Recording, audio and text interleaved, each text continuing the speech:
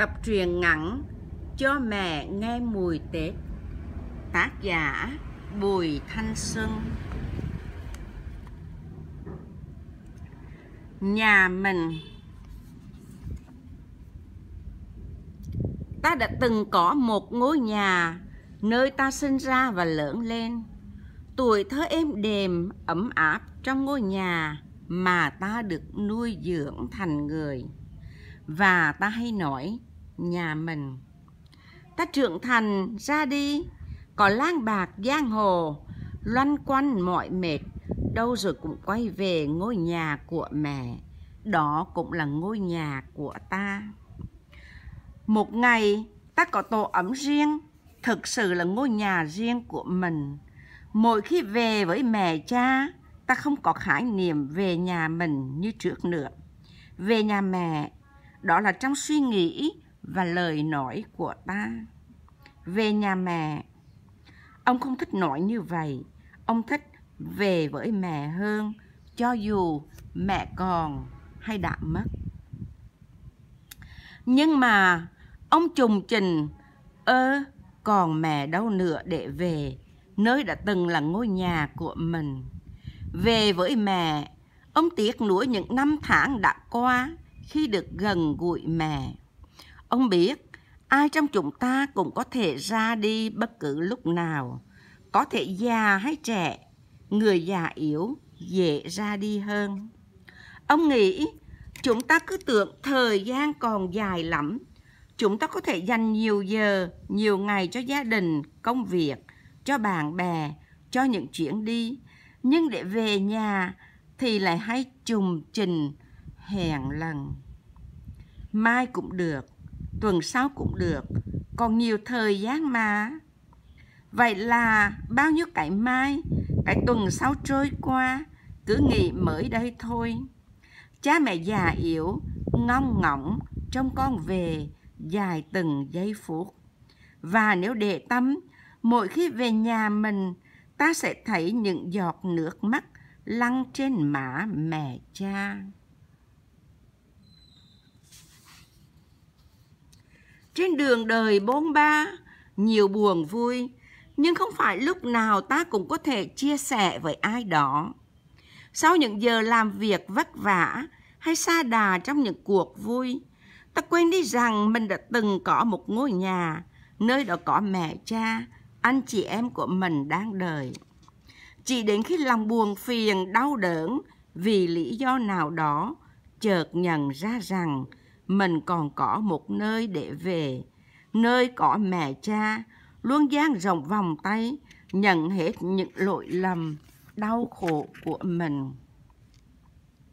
Nhà mình, đó là nơi ta hay nghĩ đến sau cùng, là nơi duy nhất cho ta trú ngụ, trốn chạy những lo âu, phiền muộn, khổ đau. Nhà mình, nơi ta có thể hét thật to, khóc thật lớn mà không ngại ngùng, trút bỏ hết rác rưởi bên ngoài cánh cổng để khi bước vào ta nhận được yêu thương. Hãy cố gắng dành thời gian để trở về nhà mình, vì biết đâu ngày nào đó ngôi nhà sẽ biến mất, chẳng còn ai đợi mình về. Những ai còn nơi để về, hãy nhớ lấy, vội vã lên đi.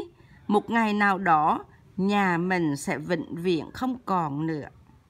Ngôi nhà mình của ông cũng đã tan biến, chỉ còn lại trong ký ức và những câu chuyện. Nó như người đảng trí, loay hoay thế nào lại làm rơi bể đủ thứ. Hôm qua nó rửa bình sữa cho con, rơi xuống nhà bể tan. Sáng nay làm bể cái ly uống nước. Giặt bộ áo quần cho con, xả múc nước rồi mang phơi. Nó quên bẵng nhà có máy giặt. Chiều mang đồ đi sấy, ngửi mùi xà phòng trên áo con, nó mang bỏ vào máy giặt lại. Loay hoay như gà nuốt dây thun, nhưng lòng nó rộn ràng vô hạn. Đi cười, đứng cười, miệng lẩm bẩm ca khúc nào đó không ai nghe được. Trưa chuẩn bị dọn cơm, nó làm bể thêm cái đĩa. Hoảng hốt cúi xuống dọn dẹp mảnh vỡ cho nhanh, sợ mẹ cha chồng biết, lúng túng và chảy máu ngón tay. Cha chồng bước vào bếp, nhìn con dâu mặt nhăn nhỏ với vết máu trên tay, vội đi lấy bông băng. Ông nhẹ nhàng nói, con băng chặt lại để đó ba giòn cho. Nó lẩm lét nhìn cha chồng, con hư quá. Không sao đâu, ba đã từng làm bể nhiều thứ. Hôm qua tới trừ, con mới đập có mấy cái, ăn thua chi. Sao ba biết? Ông cười, cái gì ba cũng biết. Sao ba không la con? Không phải lúc nào cái gì cũng la. Với lại tụi con lớn rồi, có 2 đứa con rồi. La mấy đứa bay, ba thêm mệt. Ba tốt quá, cảm ơn ba. Ba lúc nào cũng tốt với các con. Ba biết trong đầu con đang nghĩ gì trong lúc này. Mai mốt được về nhà mẹ, phải không? Đợt nghỉ lễ 4-5 ngày, về nhà mẹ, chắc phải vui rồi. Dạ, con vui quá, nào nên con làm bể đủ thứ. Ba biết con đang nghĩ về cái giếng nước, cổng mới xây năm ngoái, ruộng lúa xanh bên kia đường. Ba biết con nghĩ về mẹ mình đang lom khom bên bếp lửa, nghĩ về chị em mình ngày mai sẽ có mặt đông đủ trước hiên nhà. Nghĩ đến con mình sẽ được ông bà ôm vào lòng, và con đang nôn nóng đợi lúc về nhà mình, đúng không? Ba, sao ba biết? Thì cái gì ba cũng biết. Dạ, nửa năm rồi con chưa về nhà mẹ, con nhớ lắm. Bằng tuổi con, ba cũng nhớ nhà lắm. Dạ, ngày mai con sẽ được về nhà mình, con cảm ơn ba. Bạn già đột ngột gọi cho ông. Đột ngột bởi vì có mấy khi lão bạn đó nhớ đến mà gọi. Hắn giàu có, nhà cao, cửa rộng. Hắn chơi với bạn cũ chỉ cho đủ đổi hình. Ông biết chắc hắn chẳng quý mến ai. Hắn nói, mi rảnh không, đi uống cà phê với tao. Ông trả lời, được. Bạn bè biết ông từ bỏ rượu bia lâu rồi. Từ cái dạo xuất huyết dạ dày lần thứ 2, ông không nạp bia rượu vào người nữa. Thực ra, ông muốn dành nhiều thời gian chăm sóc, chơi đùa, dạy dỗ 2 đứa cháu nội, ngồi cùng bạn bè chỉ nói 3 chuyện tầm phào, chán lắm. Ông đến chỗ hẹn, bạn đã ngồi từ trước, mặt mày ủ rũ. Ông ngạc nhiên. Ủa, có mình mày thôi à?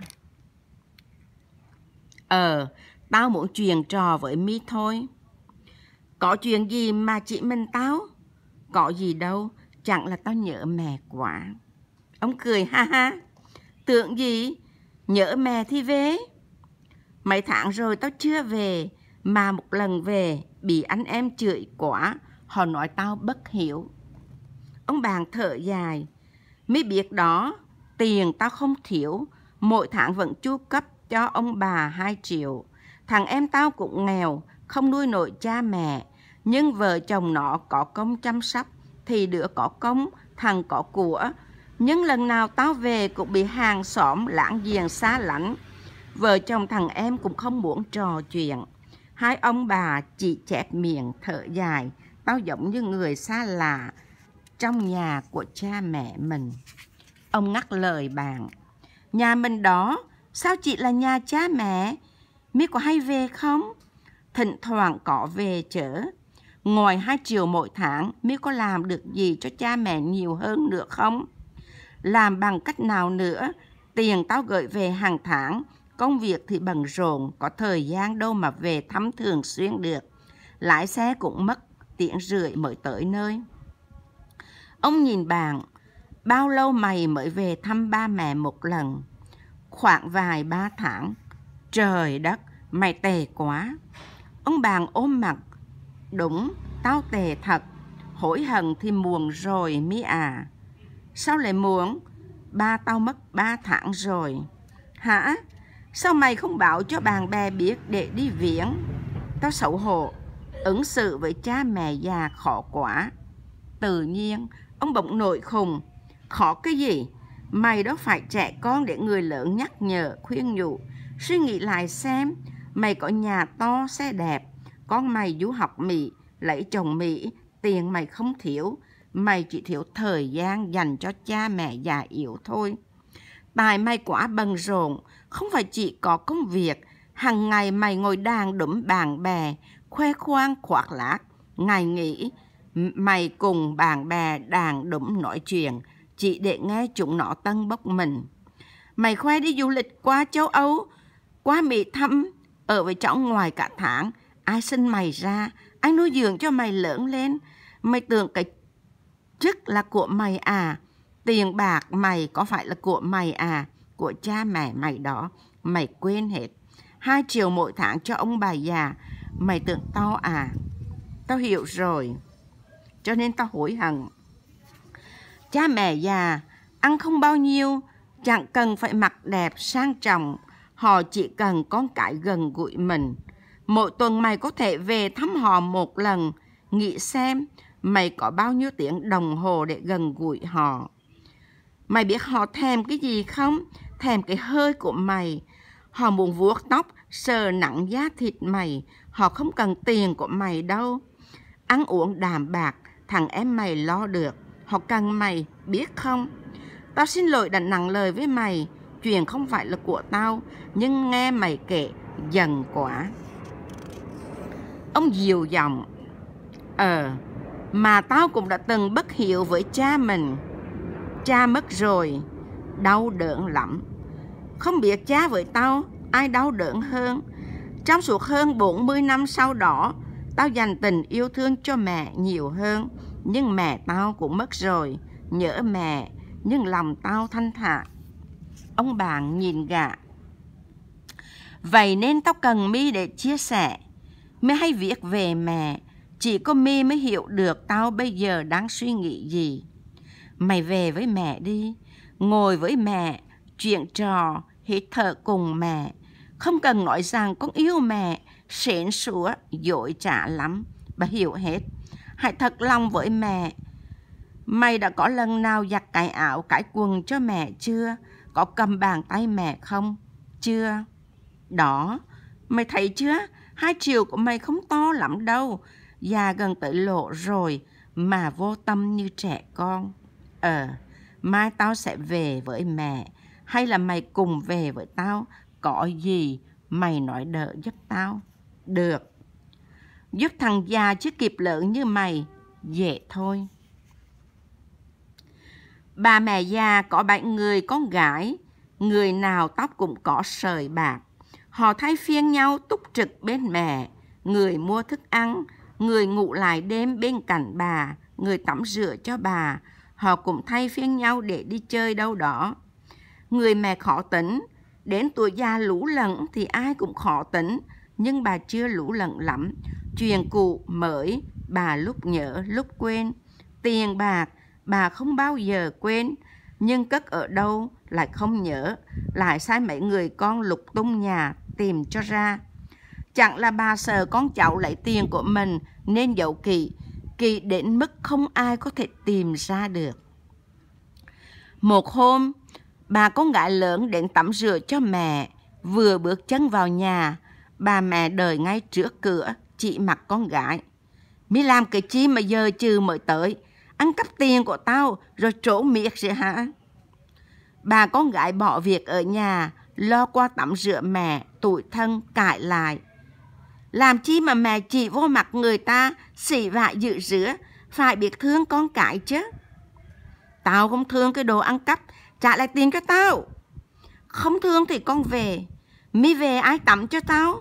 Tắm xong con về. Người con gái đầu dìu bà mẹ vào phòng tắm. Khi cởi áo quần của bà, cục tiền trong người rơi ra.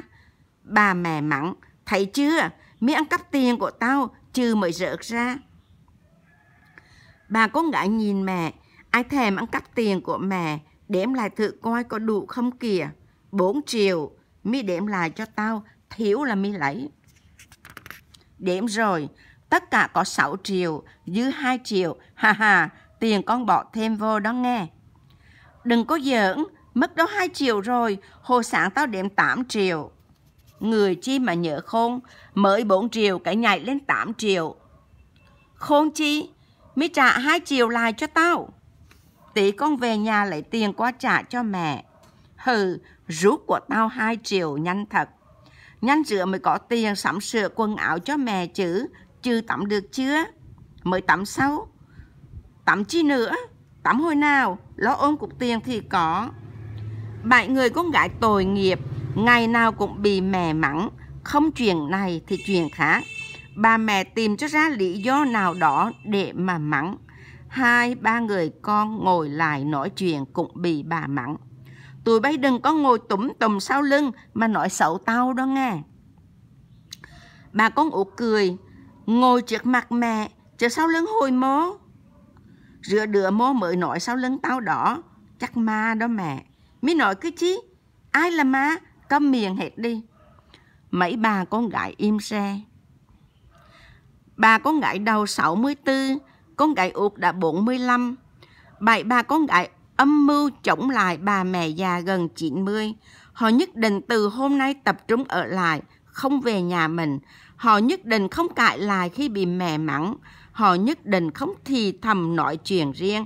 Họ nhất định trả thù mẹ bằng cách không cho bà có cơ hội để la mắng. Mỗi người một cái điện thoại, dán mũi vô màn hình.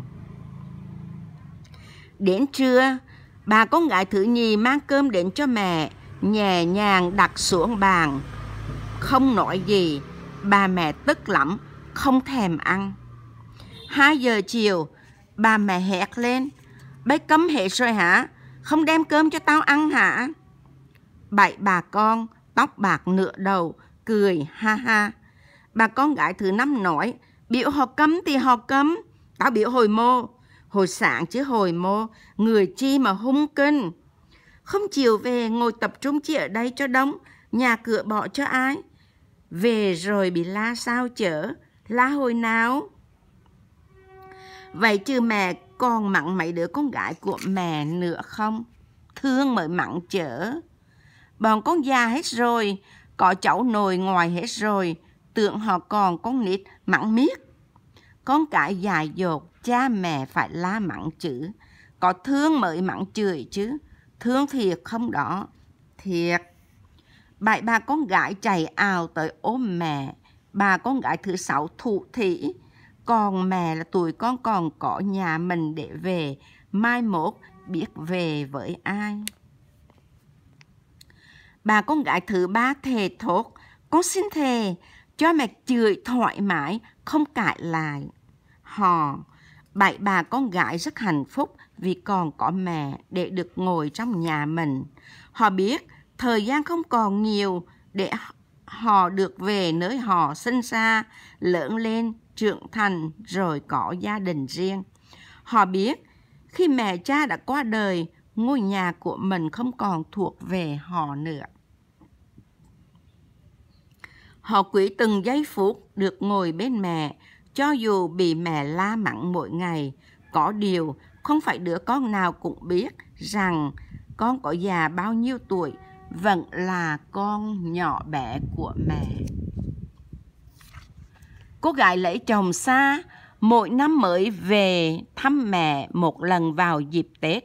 Nhưng không phải Tết nào cũng được ngồi bên bếp lửa đỏ cùng mẹ đón giao thừa. Lần này về, cô gái nói với chồng hãy dừng xe ở bến sông để mẹ con cô đi bộ vào nhà. Chùng trình trên đường làng, gần ngôi nhà cũ của mình, cô đợi khoảng khắc ba mẹ chạy ào ra ôm 2 đứa cháu rồi ôm mình. Cô gái òa khóc. Ba mẹ cô quệt những giọt nước mắt trên má nhăn nheo. Người cha quỳ gối xuống nền cỏ xanh, ôm chặt 2 đứa bé cháu ngoại vào lòng, vuốt ve thân thể chúng nó. Ông gọi con gái, đến đây, ba ôm cái nào. Cô gái xà vào lòng cha như hồi còn bé. Người mẹ bước đến, giật con gái ra khỏi tay ông. Cho mẹ ôm con một cái. 2 mẹ con ôm chặt lấy nhau, nước mắt bà mẹ ướt tóc cô gái. Cô gái ngập ngừng bước vào nhà. Ngôi nhà của mình bây giờ xa lạ quá, cùng trái bếp, mái hiên, vườn cây, ao cá. Nhưng tất cả không còn thuộc về mình nữa. Những đứa cháu, con anh trai nhìn cô như người khách đến thăm. Cô chị dâu, người bạn cũ, ruột rè dự kẻ, chỉ còn ba mẹ mới thuộc về mình. Nhưng cô gái không còn thuộc về ba mẹ nữa. Chiều cô ra ngoài nhìn ngắm sân vườn, mấy cây vàng thò trước nhà nở hoa vàng rực, gốc mai già đang bung nụ hé hé nở. Gà mẹ dẫn bầy con dạo quanh sân, con chó đen vừa lớn nhìn cô nghi hoặc. Sau hè, dưới gốc cây sầu đông, lu nước vận vầy, nghiêng 1 tỷ. Hồi còn nhỏ, những đêm trăng cô gái múc nước tắm gội bằng chiếc gáo dừa từ chiếc lu này. Chiếc gáo dừa có cán dài, không còn thấy móc trên thân cây sầu đông nữa. Thay vào đó là chiếc gầu nhựa màu đen, vô hồn, úp ngược trên miệng lu. Khu vườn không rộng lớn bằng xã hội ngoài kia, nơi có những thứ mà trong khu vườn này không có. Ngôi nhà cũng nhỏ bé, nhưng cô gái thấy mình ấm áp, an toàn trong thánh địa hơn bất cứ nơi đâu. Những món ăn mẹ nấu không cao lương mỹ vị, chỉ là ngòn bí luộc, chấm mắm nêm, cà muối mặn, đĩa cá kho khô nghệ, bát canh mồng tơi, nhưng mà sao ngọt ngào quá. Đó là những món ăn thời con gái chưa lấy chồng. Những ngày Tết như thế này lại có thêm mùi bánh trái làng quê, mùi vị thịt heo, gà cũng khác hơn, ngon hơn. Qua Tết, cô gái chuẩn bị về lại chốn phồn hoa đô thị ồn ào. Buổi sáng nắm tay hai con đi trên đường làng, cô gái quay lại nhìn ngôi nhà của mình. Cha mẹ cô đứng đó trước cổng nhà, nhìn theo. Phải đi thôi, chồng cô đang đợi ngoài xe, nơi có bến sông hồi nhỏ, cô cùng bọn trẻ con hay ra tắm giặt. Ngôi nhà của mình, ngày ấy đâu rồi? Cô gái tuổi thân, cổ bước thật nhanh trên đường cỏ dài lẫn trong đám hoa 10 giờ. Hôm bước chân về nhà mình, lòng rộn ràng, cô không để ý cha mình đã trồng lại hai bên đường loại hoa này vào dịp cuối năm đợi cô về. Cô cúi xuống, ngắt một cánh hoa màu hồng, cầm mãi trong tay cho đến khi xuống xe, bước vào tổ ấm của mình. Cô nhủ lòng rằng cuối năm Tết đến lại được về nhà mình. Chiều, ông đón con bé đi học về.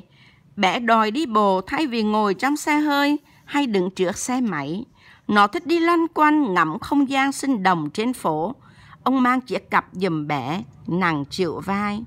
Lớp 1, nó dành cho việc học nhiều thời gian nên không dễ có những lúc được thư giãn dạo chơi. Bé muốn đi nữa, ông đưa bé vào bờ sông, chạy nhảy trên những phiến gạch màu trắng đen, chơi trò robot đuổi bắt. Ông nói với bé, thôi về đi con, ông nội mệt rồi. Chơi thêm tí nữa ông nội. Thôi về đi con, ông nội mệt mà. Về đâu ông nội? Về nhà mình. Cái ông nội chơi mèo mẹ mèo con với con nghe. Về nhà mình. Nhìn con bé, ông chạnh lòng. 20, 25 năm nữa, con bé sẽ nói với con nó, về nhà ngoại không con. Ngôi nhà của con bé sau này sẽ trở thành nhà ngoại của con nó. Chắc không có ông. Con bé cười tươi, còn ông buồn. Nó vô tư, không biết tuổi thơ của mình đã bị người lớn đánh cắp quá nhiều, không có tuổi thơ êm đềm như ông. Trẻ con bây giờ có cuộc sống dữ dội quá. Ông nghe tiếng con bé cười, tiếng cười trong veo, vút lên cao, tan trong gió.